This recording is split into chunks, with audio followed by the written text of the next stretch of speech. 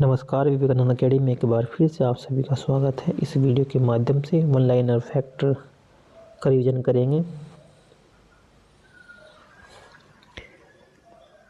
लोकसभा तथा राज्यसभा की संरचना। लोकसभा, इसमें जो अधिकतम संख्या है सदस्य वो 550 है। 550 में 530 राज्य का प्रतिनिधित्व करते हैं और 20 जो है केंद्र शासित प्रदेशों का प्रतिनिधित्व करते हैं। राज्यसभा की बात करें तो राज्यसभा में सदस्य जो होते हैं वो 250 सदस्य होते हैं।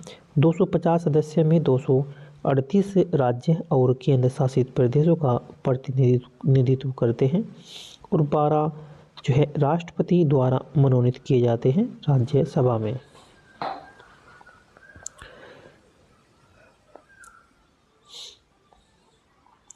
लोकलेखा समिति।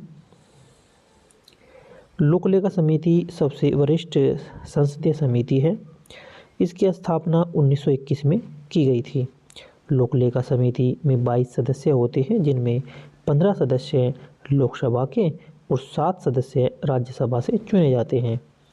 सदस्यों का जो कार्यकाल है इसमें 1 वर्ष का कार्यकाल होता है और एक मंत्री को समिति के सदस्य के रूप में नहीं चुना जा सकता।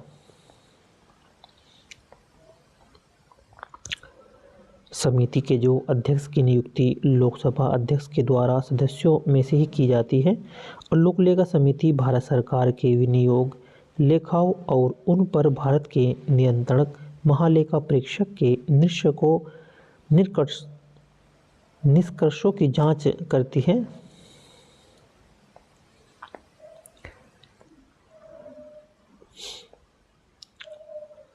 राष्ट्रपति और प्रधानमंत्री। राष्ट्रपति से संबंधित अनुच्छेद 74 जो संबंधित है मंत्रिपरिषद के द्वारा राष्ट्रपति को सहायता और सलाह देने के लिए उसकी शक्ति से संबंधित है अनुच्छेद 74। अनुच्छेद 75 प्रधानमंत्री की नियुक्ति राष्ट्रपति के द्वारा की जाती है, ये अनुच्छेद 75 में वर्णित है। अनुच्छेद 77 जो है कोई भी कार्य भारत के राष्ट्रपति के नाम से की हुई कही जाती है और अनुच्छेद 78 में है सदस्यों की परिषद द्वारा किए गए सभी निर्णयों के बारे में प्रधानमंत्री राष्ट्रपति को बताते हैं और राष्ट्रपति भी सदस्यों की परिषद के लिए विचार के लिए मुद्दों का उल्लेख कर सकते हैं। अनुच्छेद 76 है भारत के महान्यायवादी से संबंधित जो तथ्य हैं वे अनुच्छेद 76 से हैं। भारत का महान्यायवादी एजी देश का सर्वोच्च कानून अधिकारी बोलते हैं थे। जो महान्यायवादी होता है ये देश का एक सर्वोच्च कानून अधिकारी होते हैं। इसकी नियुक्ति कैसे होती है? इसकी नियुक्ति जो है महान्यायवादी की नियुक्ति राष्ट्रपति के द्वारा सरकार की सलाह पर ही की जाती है। इसका कार्यकाल की बात करें, इसका कार्यकाल संविधान के द्वारा तय नहीं है कि निष्कासन कैसे होता है। महान्यायवादी को हटाने की प्रक्रिया और आधार संविधान में नहीं है, न इसे हटाने की प्रक्रिया है न इसका जो है समय जो कार्यालय है वो संविधान में तय है।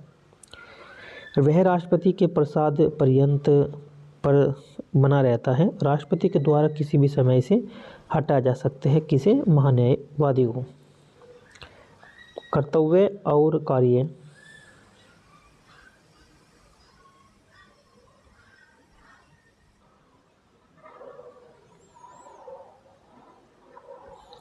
इसके कर्तव्य क्या हैं और इसके कार्य क्या हैं किसके? महान्यायवादी के। ऐसे कानूनी मामलों पर भारत सरकार को सलाह देना जो राष्ट्रपति द्वारा उसे भेजे जाते हैं। भारत सरकार की ओर से उन सभी मामलों में जो भारत सरकार से संबंधित है सर्वोच्च न्यायालय किसी भी न्यायालय में उपस्थित होना इसका ये कार्य है। महत्वपूर्ण अंतर्राष्ट्रीय सीमा रेखा तथा उनकी जो है विशेषताएं क्या है, अब इस पर फैक्ट है। जो अंतर्राष्ट्रीय सीमा है 17वीं जो समांतर है ये क्या है? दक्षिण वियतनाम और उत्तरी वियतनाम 1954 के जिनेवा समझौते के आधार पर उत्तर और दक्षिण वियतनाम को विभाजित किया गया था और वियतनाम के एकीकरण के बाद यह अप्रासंगिक हो गया है। और 20वीं समांतर यह कहाँ पे के अंतर्राष्ट्रीय जो सीमा रेखा है 20वीं समांतर,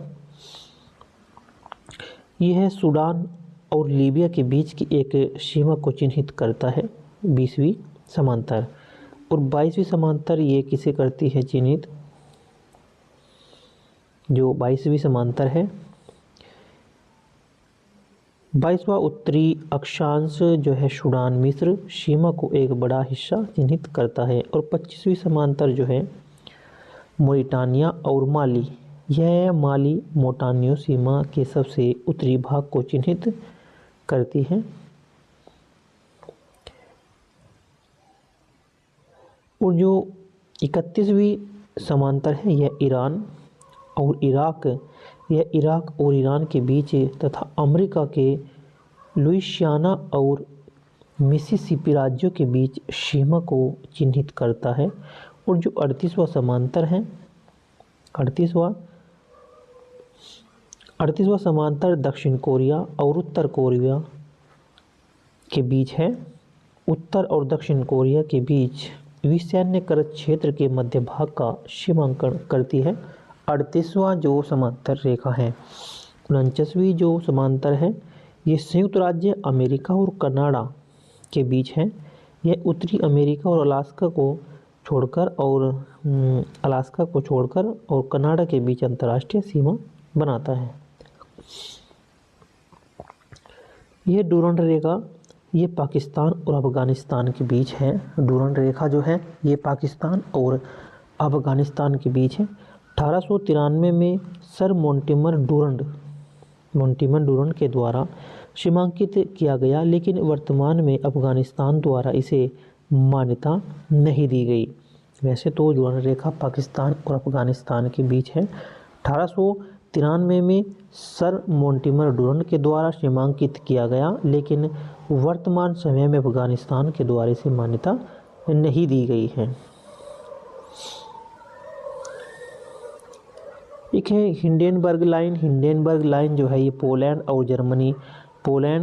और जर्मनी प्रथम विश्व युद्ध के दौरान फ्रांसीसी क्षेत्र में एक रक्षात्मक रेखा है, जिसे 1919 में वर्साई की संधि के द्वारा अप्रासंगिक बना दिया गया था। मैकमोहन रेखा है ये भारत और चीन के बीच है, मध्य है ये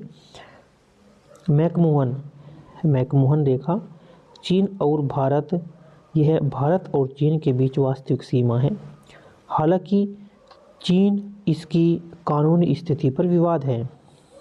इमेजिन नोट लाइन ये क्या है, जर्मनी और फ्रांस द्वितीय विश्व युद्ध से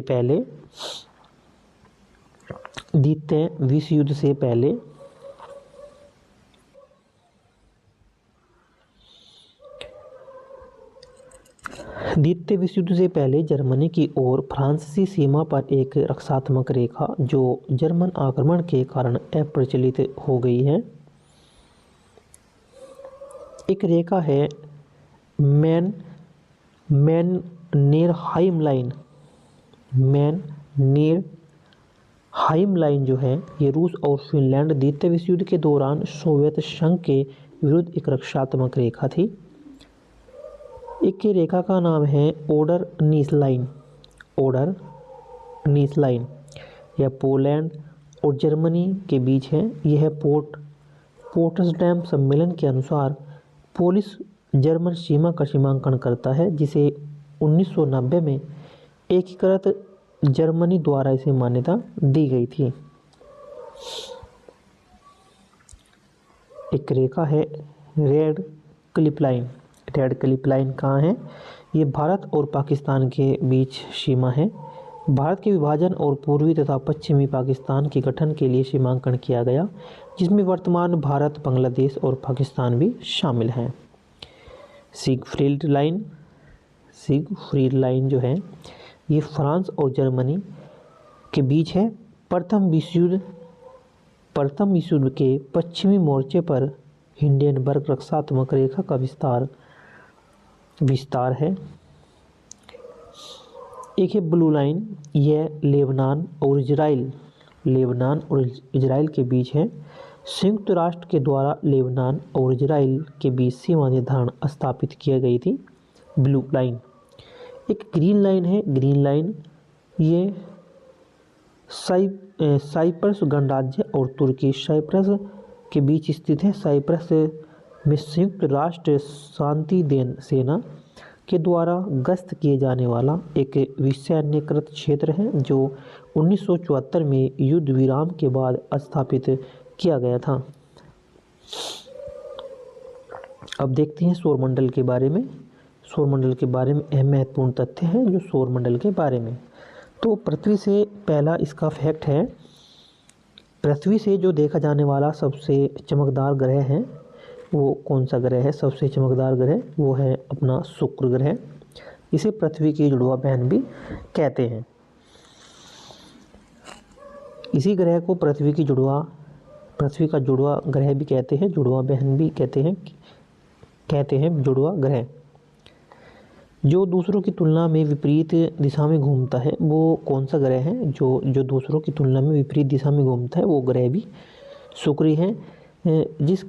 ऐसा ग्रह जिसके चारों ओर प्रमुख छल्ले हैं वो शनि ग्रह है। जिन ग्रहों के कोई उपग्रह नहीं है, जिन ग्रहों के कोई भी उपग्रह नहीं है वे बुध है और शुक्र ग्रह। सबसे लंबे दिवस वाला जो ग्रह है वो शुक्र ग्रह है। पृथ्वी के दिन के हिसाब से 243 दिन के बराबर जो है इसका एक दिवस है। सबसे छोटे दिवस की बात करें तो वो बृहस्पति का है सबसे छोटा। ये मात्र जो दिवस है ये 9 घंटे 55 मिनट का है।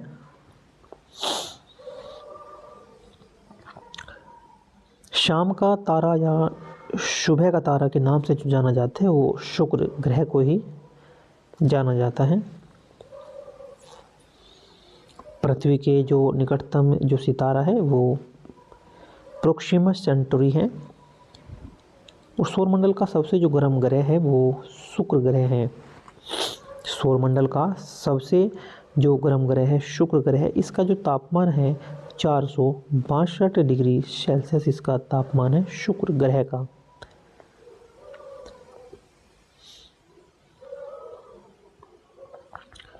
और सौरमंडल का सबसे जो ठंडा ग्रह है ये कौन सा ग्रह है? सबसे ठंडा ग्रह है अरुण ग्रह, जिसे यूरेनस भी बोलते हैं, यूरेनस। ये सौरमंडल में सबसे ठंडा ग्रह है यूरेनस, अरुण ग्रह। इसका जो प्रभावी तापमान है वो बस 216 डिग्री सेल्सियस ही है। अब इसके बाद देखते हैं कि जो भारतीय इतिहास के महत्वपूर्ण जो घटनाक्रम हैं वे देखते हैं। भारतीय इतिहास के महत्वपूर्ण घटनाक्रम 1911 में क्या घटना घटी? किंग जॉर्ज परचम का भारत आना और कलकत्ता से दिल्ली हस्तांतरण भी 1911 में हुआ। यानी कि 1911 में क्या क्या घटना हुई? 1911 में पहली घटना हुई कि किंग जॉर्ज पंचम भारत आया और कलकत्ता से जो दिल्ली हमारी राजधानी है वो हस्तांतरित करी थी, वो 1911 में ही की। एक है भारतीय राष्ट्रीय कांग्रेस का कलकत्ता अधिवेशन हुआ था जिसमें जन गण मन को पहली बार गाया गया था। ये भी 1911 में यह घटना घटी थी। एक घटना और घटी थी, बमरौली से इलाहाबाद भारत और विश्व में पहली हवाई डाक का आरंभ किया गया था। ये भी 1911 में ही किया गया था। 1919 में क्या घटना हुई? 1919 में भारत सरकार अधिनियम 1919 हुआ के द्वारा द्विशासन की शुरुआत की गई। रोलेट एक्ट भी 1919 में लागू किया गया और जलियांवाला बाग जो घटना हुई ये भी 1919 में ही हुई। 1920 में क्या घटना हुई? 1920 में खिलाफत आंदोलन और असहयोग आंदोलन की शुरुआत 1920 में की गई थी। अब 1922 से जुड़े जो फैक्ट हैं, 1922 में उत्तर प्रदेश में चोरी चौरा घटना हुई थी और असहयोग आंदोलन का स्थगित होना या बंद हो गया था, निलंबन कैसे कर दिया था ऐसा। 1928 में क्या हुआ था? 1928 में साइमन कमीशन का भारत का दौरा हुआ था और लाला लाजपत राय की मृत्यु भी 1928 में ही हो गई थी। 1928 की जो खास घटना है वो है कि साइमन, ये के नारा था लाला लाजपत राय और का नारा था सभी देशभक्तों का कि साइमन कमीशन वापस जाओ का नारा था। इस नारे को देते देते जो लाठीचार्ज हुई उस दौरान लाला लाजपत राय की मृत्यु हो गई। 1929 में क्या हुआ? 1929 में भारतीय राष्ट्रीय कांग्रेस के लाहौर अधिवेशन में, भारतीय राष्ट्रीय जो कांग्रेस थी जिसकी स्थापना 1885 में हुई थी एओ हयूम के द्वारा, तो इसकी एक अधिवेशन हुआ था लाहौर अधिवेशन 1929 में। ये अधिवेशन किया गया था। इसमें पूर्ण स्वतंत्रता का संकल्प लिया गया था। पूर्ण स्वतंत्रता का संकल्प इसमें लिया गया था। 1930 में क्या घटना घटी? 1930 में दांडी मार्च, नागरिक अवज्ञा आंदोलन का आरंभ किया गया था। दांडी मार्च 1930 में हुआ और नागरिक अवज्ञा आंदोलन का आरंभ 1930 में किया गया था।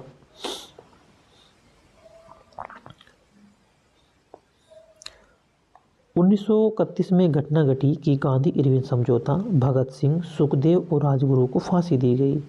ये दुखद घटना थी। कौन सी दुखद घटना थी? ये भगत सिंह और सुखदेव और राजगुरु को फांसी दी गई 1931 में। और 1931 में ही गांधी इरविन समझौता हुआ था यरबदा जेल में।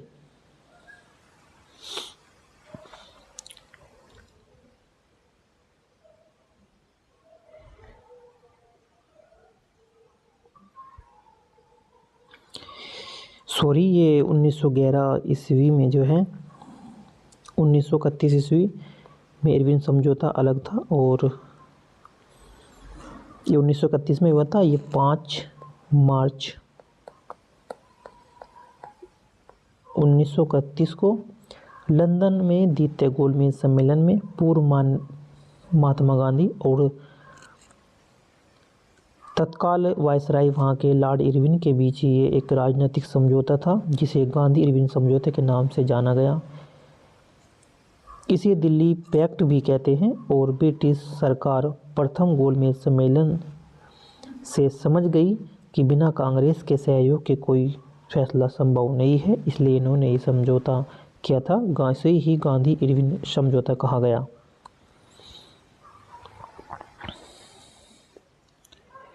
उन्नीस सौ 1935 में क्या हुआ कि भारत सरकार अधिनियम 1935 है और 1942 में घटना थी कि भारत छोड़ो और आज़ाद हिंद फौज की संरचना भी जो है 1942 में ही की गई थी। 1942 में घटना हुई कि क्रिप्स मिशन का भारत का दौरा हुआ। 1940 में कैबिनेट मिशन का भारत दौरा और 1947 में जो है स्वतंत्रता मिली और भारत का विभाजन भी हुआ। 1947 में स्वतंत्रता मिली और भारत का विभाजन भी हुआ पाकिस्तान के रूप में। 1948 में एक दुखद घटना ये हुई कि महात्मा गांधी जी की हत्या कर दी गई थी नाथूराम गोडसे के द्वारा और यह पाकिस्तान का पहला आक्रमण भी था 1948 में। 1950 में भारत का गणराज्य बनना, यानी कि गणराज्य बना, अपने संविधान के हिसाब से शासन चला। 1951 में जो है पहली पंचवर्षीय योजना और दिल्ली में पहले एशियाई खेल भी हुए थे, दिल्ली के अंदर ही 1951 में।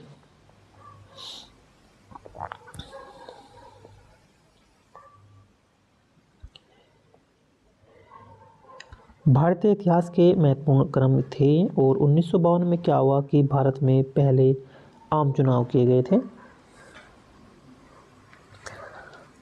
1954 में भारत और चीन के द्वारा जो है पंचशील समझौते पर हस्ताक्षर किए गए थे। पंचशील समझौते पर हस्ताक्षर किए गए थे भारत और चीन के द्वारा।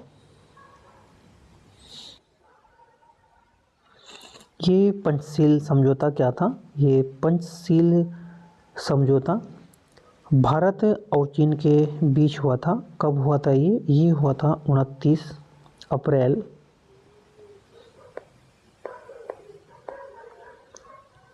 1954 को। उस समय के जो प्रधानमंत्री थे वे थे जवाहरलाल नेहरू थे उस वक्त के प्रधानमंत्री। तो ये पंचशील समझौता क्यों कहा गया? इसमें 5 शर्त रखी गई, ये 5 नियम बनाए गए। पहला नियम था कि एक दूसरे की संप्रभुता और क्षेत्रीय अखंडता का सम्मान करना। दूसरा था एक दूसरे के खिलाफ हमला न करना।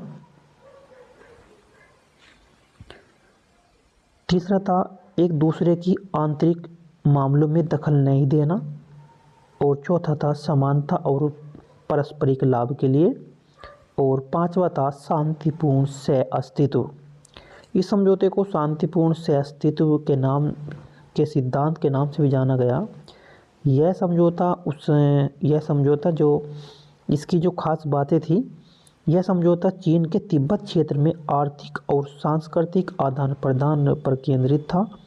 इस समझौते के बाद भारत ने गुटनिरपेक्ष रवैया अपना लिया था और यह समझौता भारत की विदेश नीति की रीढ़ था। इस समझौते के बाद हिंदी और चीनी भाई भाई के नारे भी लगाए गए थे समझौते के बाद। यह था पंचशील सिद्धांत। नेक्स्ट देखते हैं 1956 में क्या हुआ कि भाषाई आधार पर राज्य का पुनर्गठन हुआ। भाषाई आधार पर जो पहला राज्य था वो आंध्र प्रदेश पहला राज्य था। 1957 का क्या था, मुद्रा में दशमलव प्रणाली की शुरुआत की गई थी। मुद्रा में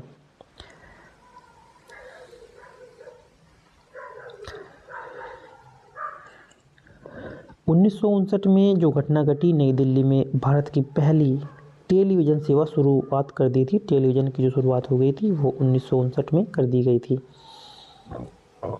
1961 की जो घटना है, पुर्तगाल से गोवा की मुक्ति हो गई थी। और 1962 में जो पंचशील समझौता हुआ था वो रद्द हुआ और चीन का भारत पर आक्रमण कर दिया गया था।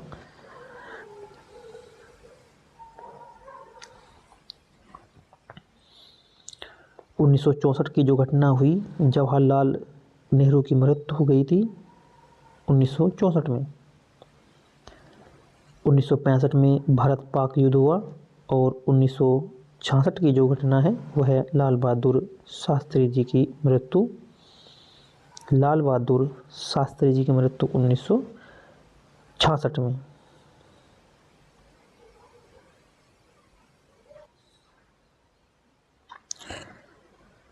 अब देखते हैं कुछ दर्रे देखते हैं। लिपुलेख दर्रा किस राज्य का है? लिपुलेख दर्रा जो है ये उत्तराखंड राज्य से है। और उत्तराखंड के कई दर्रे हैं जिनमें कुछ ये इस तरह से हैं। लिपुलेख दर्रा है, यह दर्रा भारत के उत्तराखंड के पिथौरागढ़ जिले और चीन के तिब्बत के बीच है। यह दर्रा भारत के कुमाऊं क्षेत्र को तिब्बत के बालाकोट पुरंग शहर से जोड़ता है। तीर्थयात्री कैलाश मानसरोवर यात्रा के इस दर्रे का इस्तेमाल भी करते हैं।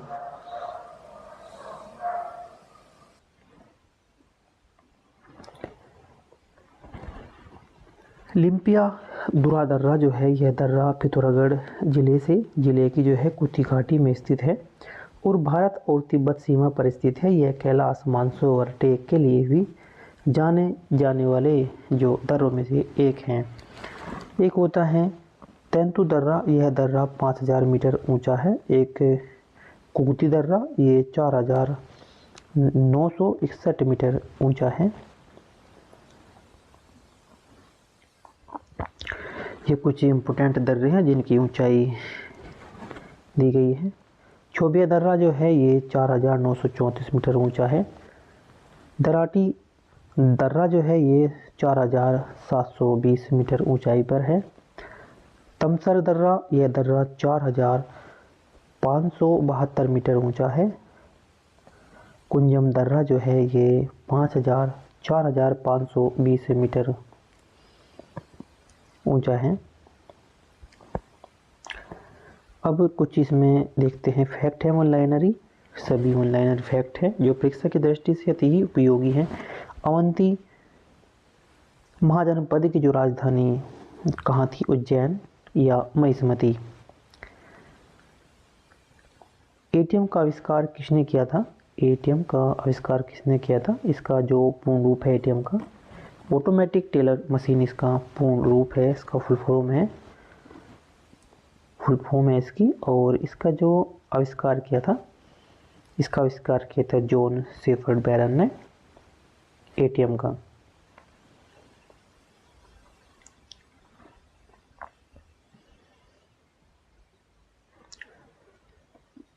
जैन धर्म के जो प्रथम तीर्थकर कौन थे, वो ऋषभदेव थे। और जैन धर्म के कितने तीर्थकर थे, 24 थे।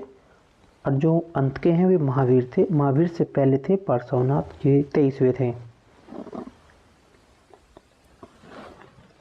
लाई हरोबा किस राज्य का एक लोक नृत्य है, लाई हरोबा, जो लाई हरोबा है वो किस राज्य का एक लोक नृत्य है, वो मणिपुर का है।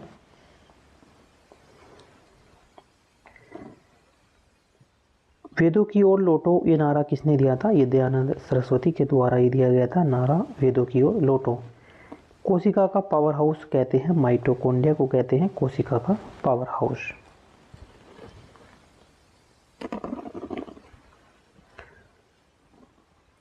दक्षिण भारत की सबसे ऊंची चोटी कौन सी है, वो अनाईमुड़ी है, दक्षिण भारत की सबसे ऊंची चोटी।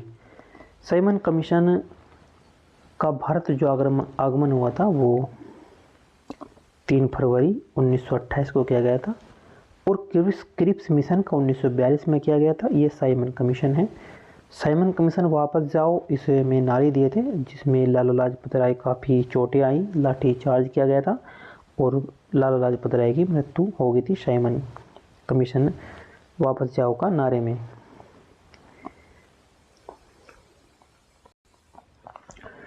मिस यूनिवर्स बनने वाली भारत की जो पहली महिला है वो सुष्मिता सेन है। 21 मई 1994 को यह खिताब जीता था। वही लारा दत्त भी यूनिवर्स रह चुकी हैं। भारत में अब तक 2 महिलाएं मिस यूनिवर्स रह चुकी हैं। भारत में अब 6 बार मिस वर्ल्ड का खिताब जीता है। भारत ने अब तक जो मिस वर्ल्ड का खिताब जीता है वो 6 बार जीता है। रीता फारिया ने जीता 1966 में पहली बार, और ऐश्वर्या राय ने 1994 में दूसरी बार जीता, और डायना हेडन ने 1997 में, और युक्ता मुखर्जी ने 1999 में, प्रियंका चोपड़ा ने 2000 में 5वीं बार जो है मिस वर्ल्ड का खिताब जीता था, और मानुषी चिल्लर ने जो है 2017 में 6ठी बार मिस वर्ल्ड का खिताब जीता था। कुछ नदियों के किनारे हैं जो शहर है, प्रसिद्ध शहर है जो नदियों के किनारे बसे हुए हैं, वे इस प्रकार से हैं। जैसे रोम एक शहर है इटली का, रोम शहर है इटली का, ये किस नदी के किनारे बसा हुआ है, टाइबर नदी के किनारे ये बसा हुआ है। मास्को एक रूस का शहर है, मास्को ये मस्कोवा नदी के किनारे बसा हुआ है। मास्को रूस का एक शहर है।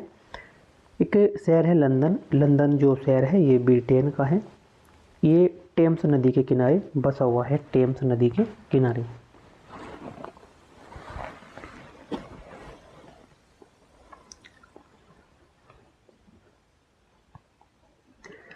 लाहौर ये शहर कहाँ का है, लाहौर शहर है पाकिस्तान का शहर है, और जो रावी नदी है उसके तट पर ये बसा हुआ है।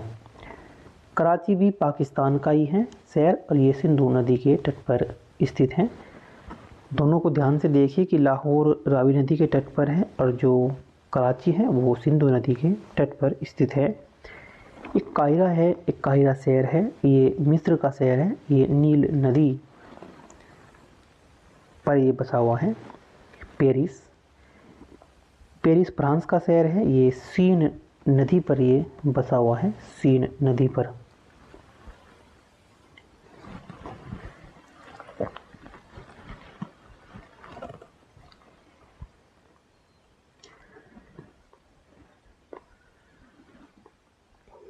ये देखते हैं, ब्यूनस आयर्स जो है अर्जेंटीना का शहर है। ब्यूनस आयर्स जो है ये अर्जेंटीना का एक शहर है। ला प्लाटा नदी के किनारे बसा हुआ है। वियना, वियना ऑस्ट्रिया का जो है एक देश है, ये शहर है। डेन्यूब नदी के किनारे ये बसा हुआ है। काबुल, काबुल जो है अफ़गानिस्तान का शहर है काबुल। ये काबुल नदी पर ही ये बसा हुआ है। न्यूयॉर्क, यूएसए का शहर है न्यूयॉर्क। ये हडसन नदी के किनारे बसा हुआ है। किस नदी के किनारे? हडसन नदी के किनारे ये बसा हुआ है।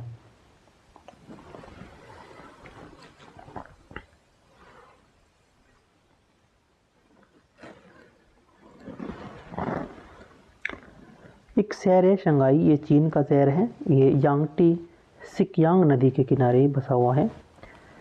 एक शहर है सिडनी, ऑस्ट्रेलिया। ये सिडनी जो है ऑस्ट्रेलिया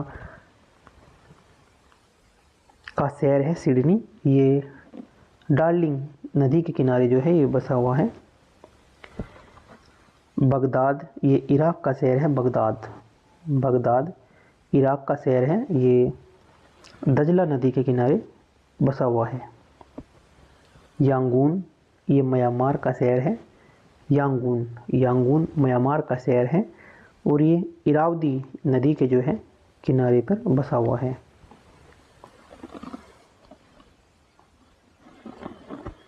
एक ओटावा, ओटावा ये कनाडा का शहर है ओटावा और ये सेंट लॉरेंस नदी के किनारे बसा हुआ है। टोक्यो, टोक्यो जापान का शहर है और ये बसा हुआ है अराकुआ। अराकुआ एक नदी है अराकुआ, उस नदी पर ये बसा हुआ है। बर्लिन, ये जर्मनी का शहर है बर्लिन।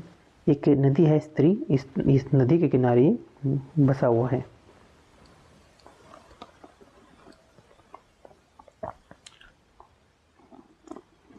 एक शहर का नाम है हैम्बर्ग।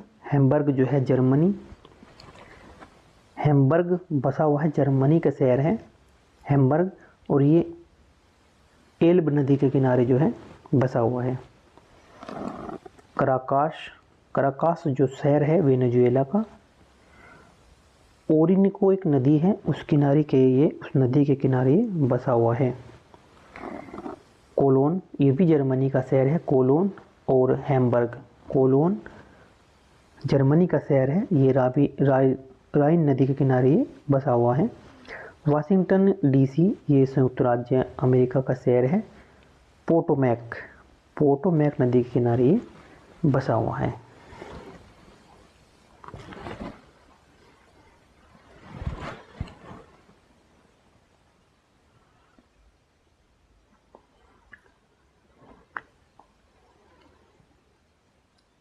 एक पर्थ शहर है, ये ऑस्ट्रेलिया का है पर्थ।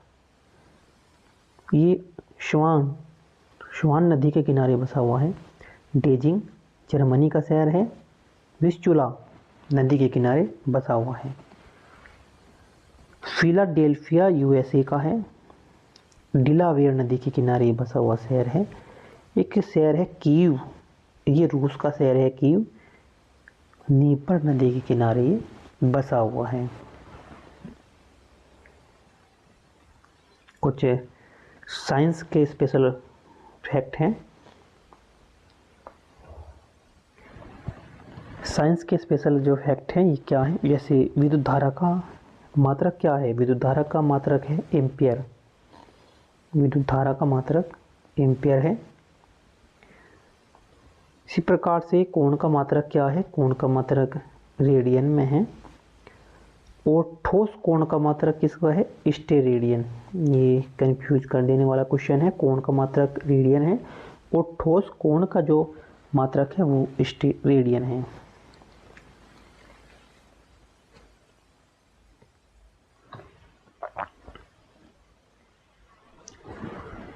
नेक्स्ट देखते हैं।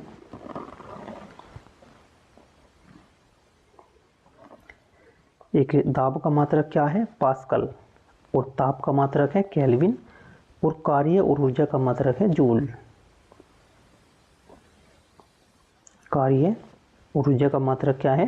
जूल, और शक्ति, जिसके पास शक्ति हो वो सबकी वाट लगा दें, तो ये वाट है शक्ति का मात्रक। प्रतिरोध का जो मात्रक है प्रतिरोध का वो ओम है,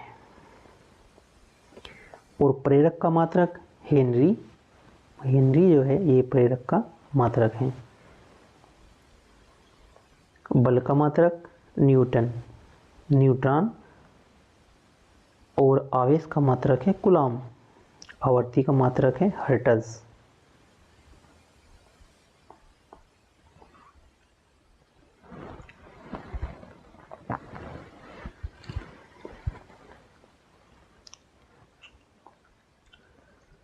तरंग दैर्घ्य का जो मात्रक है एंगस्ट्रॉम है।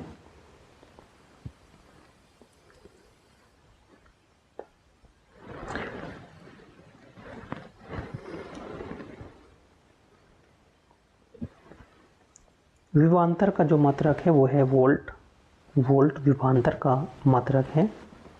ज्योति तीव्रता, ज्योति तीव्रता का मात्रक है कैंडिला, और ज्योति फ्लक्स का ल्यूमेन। देखिए ये दोनों ही फैक्ट है, इसे ध्यान से पढ़ना है। ज्योति तीव्रता का मात्रक है कैंडिला और ज्योति फ्लक्स का मात्रक है ल्यूमेन। चुंबकीय फ्लक्स का मात्रक है वेबर।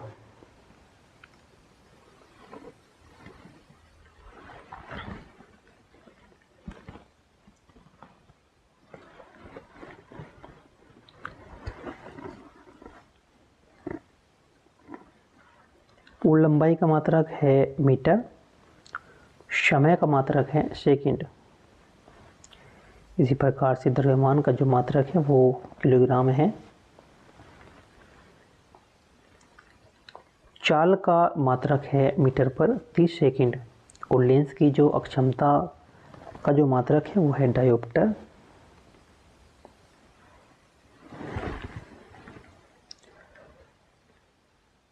ये थे संबंधित मात्रक से संबंधित फैक्ट थे। अब देखते हैं वन लाइनर फैक्ट है ये भी। प्रकाश संश्लेषण किसके द्वारा संपादित होता है? प्रकाश संश्लेषण किसके द्वारा संपादित होता है? सभी हरे पौधों के द्वारा, सभी हरे पौधों के द्वारा प्रकाश संश्लेषण होता है। ध्वनि या ध्वनि प्रदूषण जो मापा जाता है वो डेसिबल के हिसाब से मापा जाता है, कितने डेसिबल ध्वनि प्रदूषण है। भारत का सर्वप्रथम जो राष्ट्रीय उद्यान है वो कॉर्बेट नेशनल उद्यान है, ये उत्तराखंड में है, कॉर्बेट नेशनल।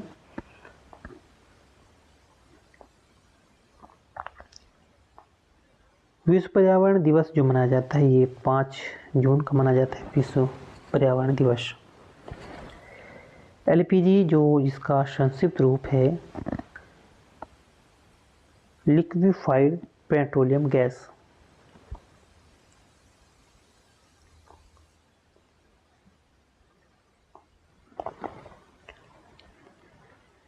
वायु प्रदूषण को कैसे कम किया जा सकता है? वृक्षों के द्वारा ही वायु प्रदूषण को कम किया जा सकता है, वृक्ष लगाकर।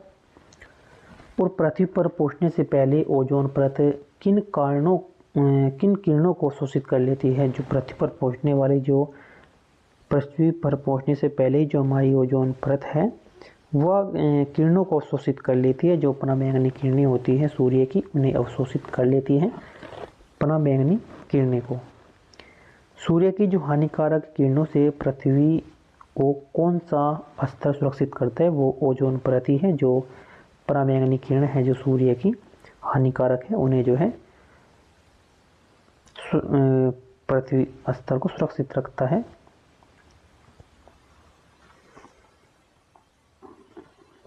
किसी जगह के फ्लोरा तथा फौना क्या सूचित करता है? पेड़ पौधे एवं जंतु को करता है। पेड़ पौधे प्रदूषण घटाते हैं, क्यों? पेड़ पौधे प्रदूषण को घटाते हैं, क्यों? क्योंकि वे अवशोषण करते हैं, कार्बन डाइऑक्साइड का अवशोषण कर लेते हैं, इसलिए ये प्रदूषण को घटाते हैं। भूकंप किससे मापा जाता है? जो रिक्टर स्केल होता है उससे भूकंप को माप लिया जाता है। भूकंप को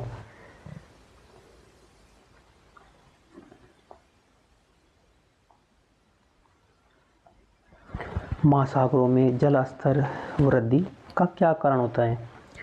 महासागरों में जल वृद्धि का जो कारण होता है वो ध्रुवीय प्रदेशों में बर्फ जब पिघलती है तो महासागरों में जल का स्तर बढ़ जाता है जब ध्रुवीय प्रदेशों में बर्फ पिघलती है। कौन सी अंतर्राष्ट्रीय संस्था पूरे विश्व में पर्यावरण सुरक्षा की देखभाल करती है? वो है यूएन।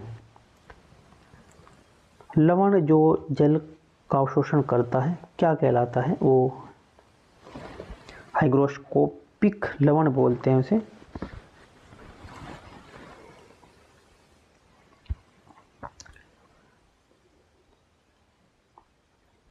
किसी नदी में प्रदूषण का जो हमें स्तर मापना हो तो नापा जाता है, उस विधि को बोलते हैं बीओडी।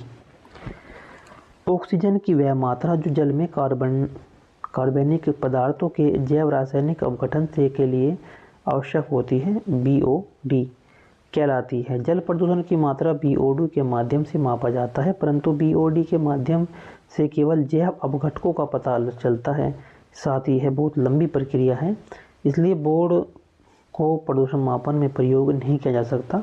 कर सकते हैं लेकिन ये लंबी प्रक्रिया की वजह से इसका प्रयोग नहीं करते। वायुमंडल की सबसे जो ठंडी परत है वो मध्यमंडल है। वायुमंडल की सबसे जो ठंडी परत है वह है मध्यमंडल।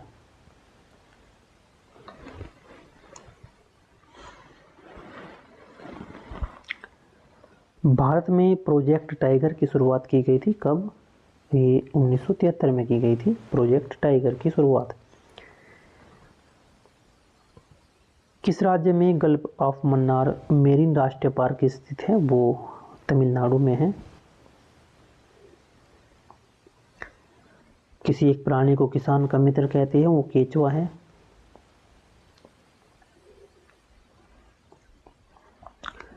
पर्यावरण को बचाने के लिए चिपको आंदोलन से कौन सा राज्य जुड़ा हुआ है? वो उत्तराखंड राज्य जुड़ा हुआ है।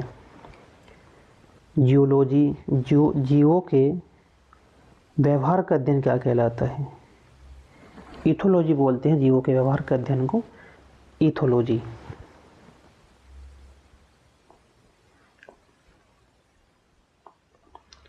समुद्री शैवाल किसका महत्वपूर्ण स्रोत है? आयोडीन का। और शैक या लाइकेन क्या है? सहजीवी। शैक लाइकेन यह है सहजीवी। सीएनजी का ईंधन के रूप में किसमें इस्तेमाल होता है? वाहनों एवं उद्योगों में करते हैं। वो जो सीएनजी होती है इसका जो संक्षिप्त रूप है compressed natural gas. Compressed natural gas.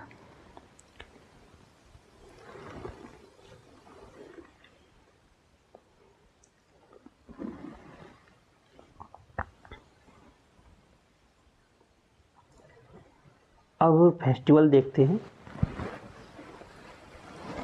विभिन्न राज्यों के जो फेस्टिवल हैं।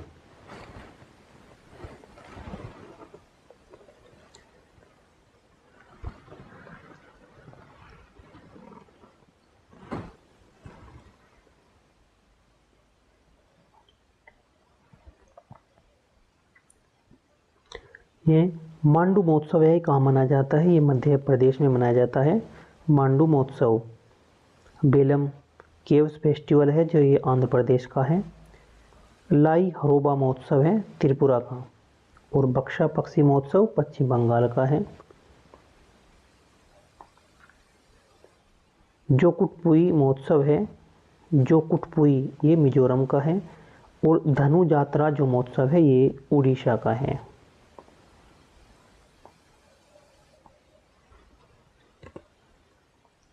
माधवपुर मेला ये गुजरात का उत्सव है।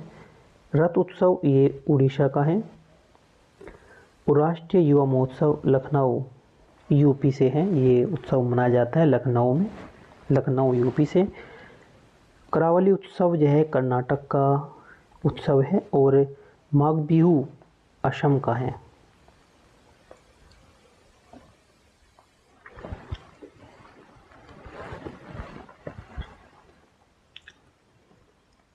जलीकट्टू ये तमिलनाडु का है, मदुरई में मनाया जाता है।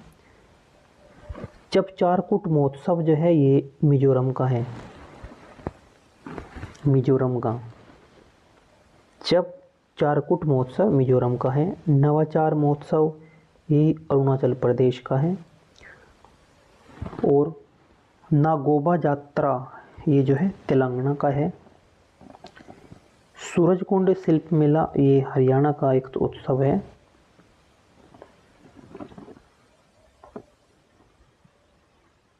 काला घोड़ा कला महोत्सव ये मुंबई में मनाया जाता है। और हॉर्नबिल फेस्टिवल 2020 हॉर्नबिल फेस्टिवल 2020 ये नागालैंड व त्रिपुरा में मनाया जाता है।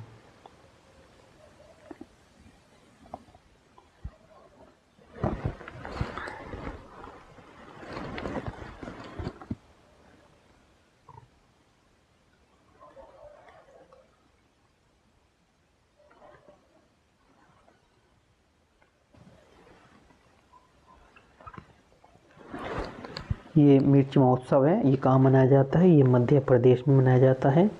राष्ट्रीय जैविक खाद्य महोत्सव नई दिल्ली में। कोबिता उत्सव ये मनाया जाता है पश्चिम बंगाल में। गंगा कयाक महोत्सव उत्तराखंड में।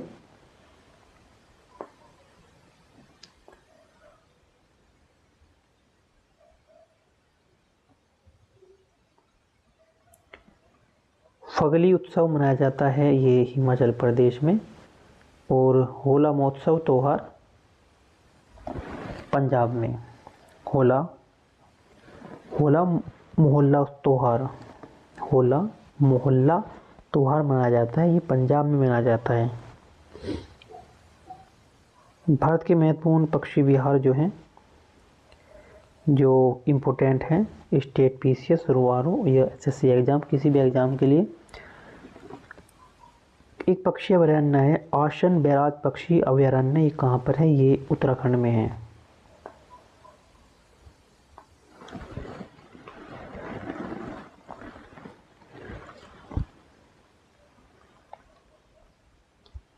आसन बैराज पक्षी अभयारण्य उत्तराखंड में है। पटना पक्षी अभयारण्य ये उत्तर प्रदेश में है। आसन बैराज पक्षी अभयारण्य उत्तराखंड में है और पटना पक्षी अभयारण्य उत्तर प्रदेश का है। केवलदेव राष्ट्रीय उद्यान भरतपुर पक्षी अभयारण्य ये राजस्थान में है। नलबाना पक्षी अभयारण्य ओडिशा में। ग्रेट इंडियन बस्टर्ड अभयारण्य जो है ये महाराष्ट्र में है। पुलिकट झील पक्षी अभयारण्य ये आंध्र प्रदेश में है।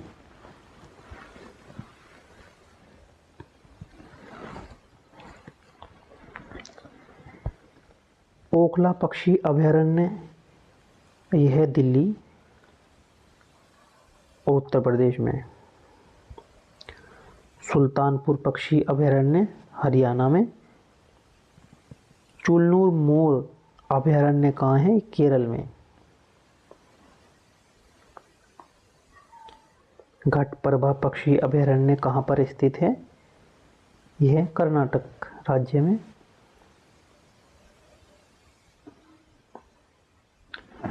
अब देखते हैं भारत में बैंकिंग तंत्र। भारत में बैंकिंग तंत्र, banking system in India.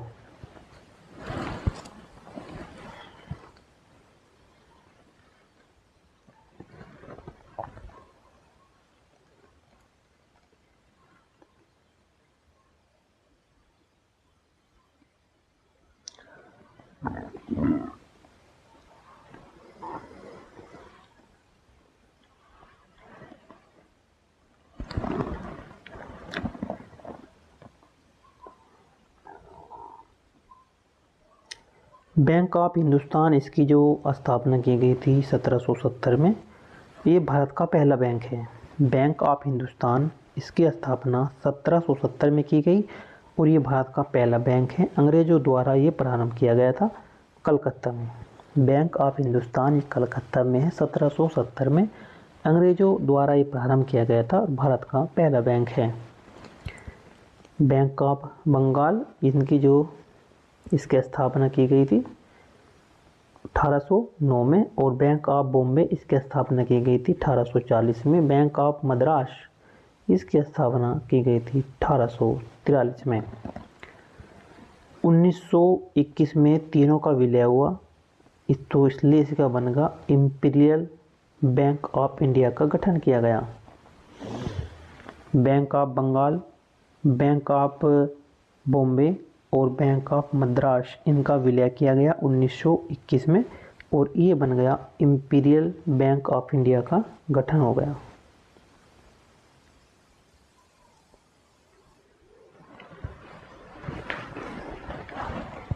Allahabad bank, Allahabad bank की स्थापना 1865 में की गई। बाद में इसका जो हेडक्वार्टर कलकत्ता बनाया गया। एक अवध कॉमर्शियल बैंक है, इसकी स्थापना की गई थी 1881 में।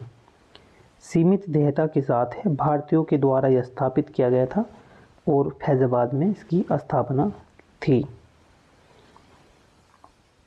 पंजाब नेशनल बैंक 1894 में इसकी स्थापना की गई पूर्ण देयता के साथ में और भारतीयों के द्वारा स्थापित किया गया था पहला बैंक। लाहौर में स्थापना, हेडक्वार्टर इसका नई दिल्ली में।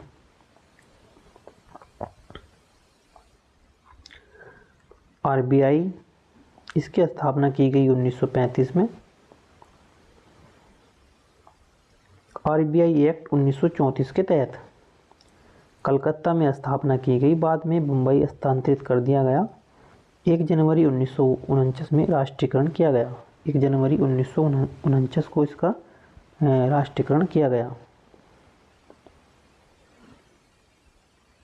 बैंकिंग रेगुलेशन एक्ट 1949 बैंकिंग फर्मों को नियंत्रित करने के लिए बैंकिंग रेगुलेशन एक्ट।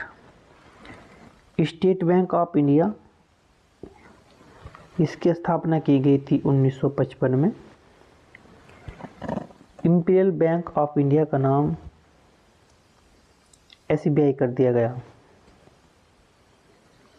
1 जुलाई 1955 को राष्ट्रीयकरण किया गया और गोरेवाला समिति की सिफारिश पर मुख्यालय इसका है मुंबई में।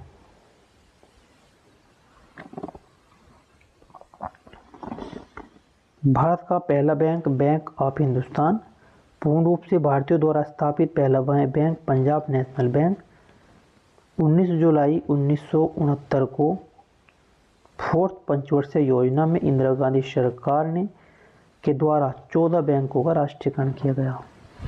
19 जुलाई 1969 को 4th पंचवर्षीय योजना के तहत इंदिरा गांधी सरकार ने 14 बैंकों का राष्ट्रीयकरण किया गया।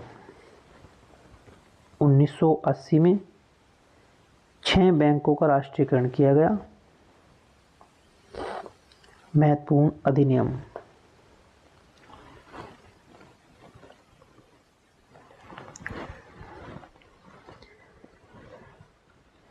यह है महत्वपूर्ण अधिनियम।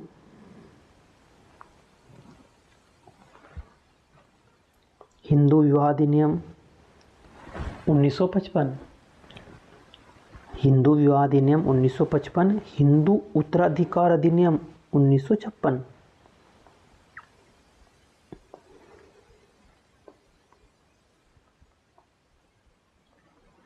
सती निरोध अधिनियम 1987, भारतीय शस्त्र अधिनियम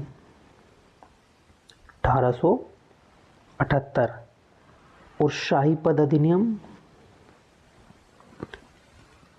1876 में, भारतीय उच्च न्यायालय अधिनियम 1861 में, भारतीय विवाह विच्छेद अधिनियम 1869 में।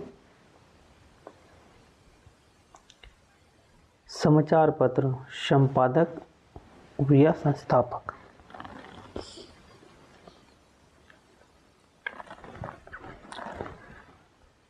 बंगाल गजट जेम्स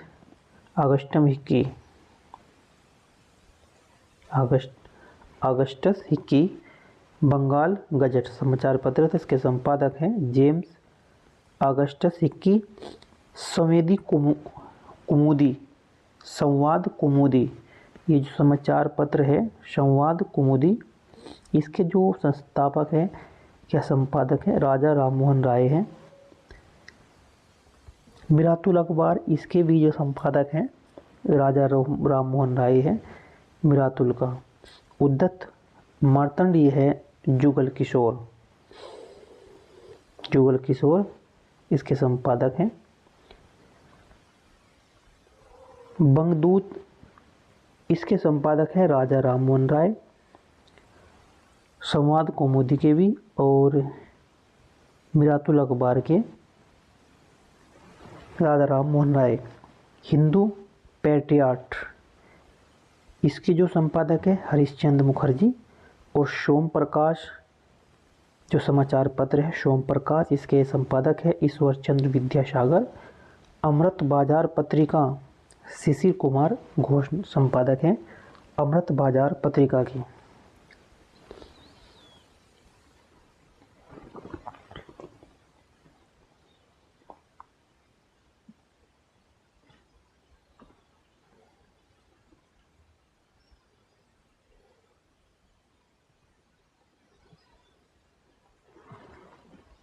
ये महत्वपूर्ण योजना, इससे अगली नेक्स्ट वीडियो में।